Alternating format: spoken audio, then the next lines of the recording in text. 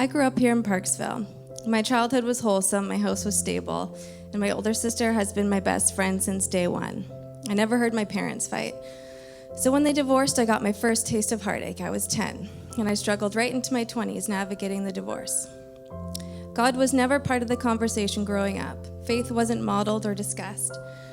For 33 years, my understanding of life came entirely from what I lived through. My beliefs were shaped by my experiences and my heart's imagination. I didn't know something was missing because I didn't know any other way. And that's okay with me. I love the journey how I got here, standing as an adult, choosing to worship God because I want to, not because I was told to. When I became a mom to Jensen over 8 years ago, I didn't just become a first-time mother. I became a first-time anxiety-ridden, worst-case scenario thinker, a worrywart. Postpartum anxiety lasted years beyond postpartum. It became a part of me. And in 2021, we started trying for another baby. I had no idea the heartache we were about to walk through. Over 3 years of unexplained fertility issues, miscarriage and loss, and a growing wedge in my marriage, the journey just devoured me.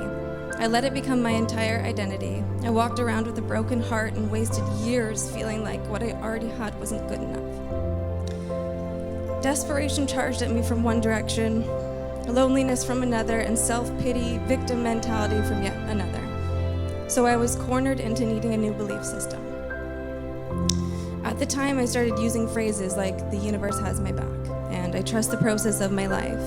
It brought me peace to believe in something, I didn't know what, but something bigger than me. Once I could let go of that control and gain parts of my identity again, we got pregnant with our second son, Jonah. My first experience with intense medical trauma was with my dad the past couple years. He had a cardiac arrest on the golf course, 25 minutes where his heart beat only because the people around him had the courage to keep giving CPR. Statistically, that should have taken his life, or at the very least left him with severe brain damage. My sister and I held his hands, we sang to him and begged him to come back to us, and 24 hours later he did. He woke up out of his coma unscathed. I can't explain it in any other way now. God was present that day. He overruled statistics and exhaustion and whispered, "Keep going," to the ones performing CPR. It wasn't my dad's time, and somehow everyone in that moment was given the strength to fight for him. So 11 months ago, I walked cautiously in here alone, with no expectations, and now here I am today getting baptized. I'm getting baptized because I see it now.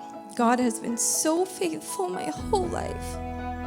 Even when I didn't know it, He was so patient with me, planting seeds in the form of friendships, strangers, books, life experiences, Mother Nature, and music. Using those phrases like the universe and trusting my life were just temporary stepping stones to lead me to God, and I will praise Him even when it costs me. I can understand myself better now knowing Jesus. I'm a more forgiving friend, a calm mother, a supportive wife, and a joyful woman. I can give God all the praise I've been waiting to give Him, all the gratitude for being there with my dad that day on the golf course, all the gratitude for His timing in bringing me Jonah and Jensen, and all the gratitude for leading me to the most supportive husband. The enemy thought he had me, but Jesus said, "You are mine." The enemy thought he had me with anxiety and worry and dark thoughts, but Jesus said, "You are mine."